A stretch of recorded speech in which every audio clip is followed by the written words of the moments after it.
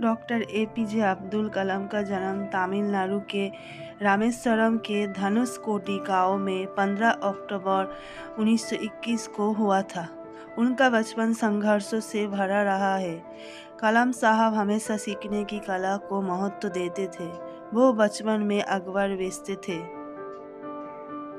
क्योंकि उनके परिवार के पास ज़्यादा पैसे नहीं थे और न ही उनके पिता जैनुल आबदीन ज़्यादा पढ़े लिखे थे। डॉक्टर एपीजे अब्दुल कलाम की बायोग्राफी। डॉक्टर अब्दुल पकीर जैनुल आबदीन अब्दुल कलाम, बच्चों के लिए अंकल कलाम तो बड़ों के लिए कलाम साहब। कलाम साहब को साइंस की दुनिया में मिसाइल मैन का नाम मिला था तो राजनीतिक गलियारों में उनकी पहचान पीपल्स प्रेसिडेंट के तौर पर बनी। कलाम साहब की पूरी जिंदगी किसी ऊर्जा के समान है, जिन्होंने अखबार बेचने से लेकर भारत के पहले नागरिक बनने तक का सफ़र तय किया। वो बचपन में अखबार बेचते थे। कलाम साहब के 5 भाई बहन थे।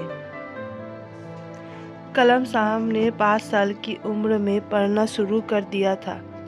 उन्होंने रामेश्वरम से शुरुआती शिक्षा प्राप्त की। कलाम साहब को उड़ना पसंद था, जैसे खुले आसमान में चिड़िया उड़ती है, और उड़ते हुए चिड़िया को देखकर ही कलाम साहब ने तय किया कि उन्हें विमान विज्ञान के क्षेत्रों में जाना है। उनका चाहत पायलट बनने की थी, लेकिन ईश्वर ने उनके लिए कुछ और ही रच रखा था। एपीजे अब्दुल कलाम ने 1950 में मद्रास इंस्टीट्यूट ऑफ टेक्नोलॉजी से अंतरिक्ष विज्ञान में स्नातक की पढ़ाई पूरी की। स्नातक की पढ़ाई के बाद उन्होंने भारतीय रक्षा अनुसंधान एवं विकास संस्थान में प्रवेश लिया, जहां उन्होंने हावरक्राफ्ट परियोजना पर काम किया। इसके बाद वो 1962 में भारतीय अंतरिक्ष अनुसंधान संगठन इसरो में आए। इसरो में कलाम साहब ने सफलतापूर्वक कई उपग्रह परियोजना में अपनी भूमिका निभाई। इसरो में एपीजे अब्दुल कलाम ने परियोजना निर्देशक के तौर पर भारत के पहले स्वदेशी उपग्रह प्रक्षेपण NSLV-3 के निर्माण में महत्वपूर्ण भूमिका निभाई थी। इस यान से भारत ने रोहिणी उपग्रह सफलतापूर्वक अंतरिक्ष में भेजा था। इस मिसाइल को बनाने में उन्होंने कड़ी मेहनत की थी, जिस वजह से उन्हें मिसाइल मैन कहा गया। इसके बाद कलाम साहब ने देश को कई सारे मिसाइल दिए। पोखरण से भारत ने दुनिया को दिया था संदेश। एपीजे अब्दुल कलाम जुलाई 1992 में भारतीय रक्षा मंत्रालय में वैज्ञानिक सलाहकार बने। कलाम साहब के नेतृत्व में भारत ने 1998 में पोखरण में अपना दूसरा सफल परमाणु परीक्षण किया और इससे पूरी दुनिया को महाशक्ति बनने का एहसास दिलाया। इस मिशन में कलाम साहब ने अभूतपूर्व योगदान दिया था।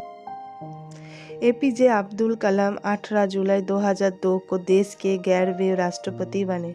राष्ट्रपति बनने के बाद भी कलाम साहब के स्वभाव में कोई बदलाव नहीं आया और इसी के बदौलत उन्हें जनता के राष्ट्रपति की उपाधि मिली।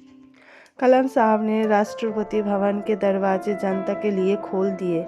ऐसे कई किस्से हैं जब राष्ट्रपति भवन में उनके साथ कोई आम इंसान या किसान खाना खा रहे होते तो कभी पुलिस वालों से वे बात कर रहे होते।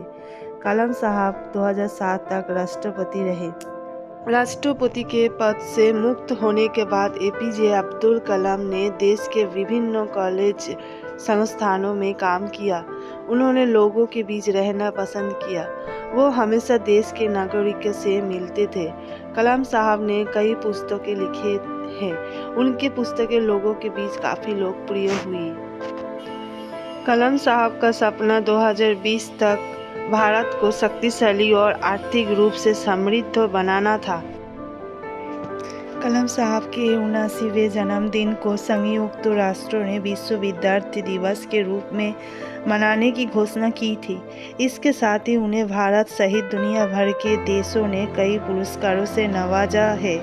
भारत सरकार ने उन्हें 1997 में भारत रत्न और 1981 में पद्म भूषण और 1990 में पद्म विभूषण से सम्मानित किया था। एपीजे अब्दुल कलाम का 27 जुलाई 2015 की शाम को निधन हुआ था। वो भारतीय प्रबंधन संस्थान शिलोंग में रहने योग्य ग्रहों पर एक कार्यक्रम में लेक्चर दे रहे थे। तभी उन्हें दिल का दौरा पड़ा और वो बेहोश होकर गिर पड़े। उन्हें अस्पताल ले जाया गया था, लेकिन 2 घंटे बाद ही उनका निधन हो गया। और इस तरह 27 जुलाई कलाम साहब ने 84 वर्ष की उम्र में दुनिया को अलविदा कह दिया। तो दोस्तों, कलाम साहब की जीवन कहानी अगर आपको पसंद आई होगी तो मेरे चैनल को लाइक, सब्सक्राइब, शेयर ज़रूर कर दीजिए। और मेरे चैनल पे वीडियो देखने के लिए आपको बहुत बहुत धन्यवाद।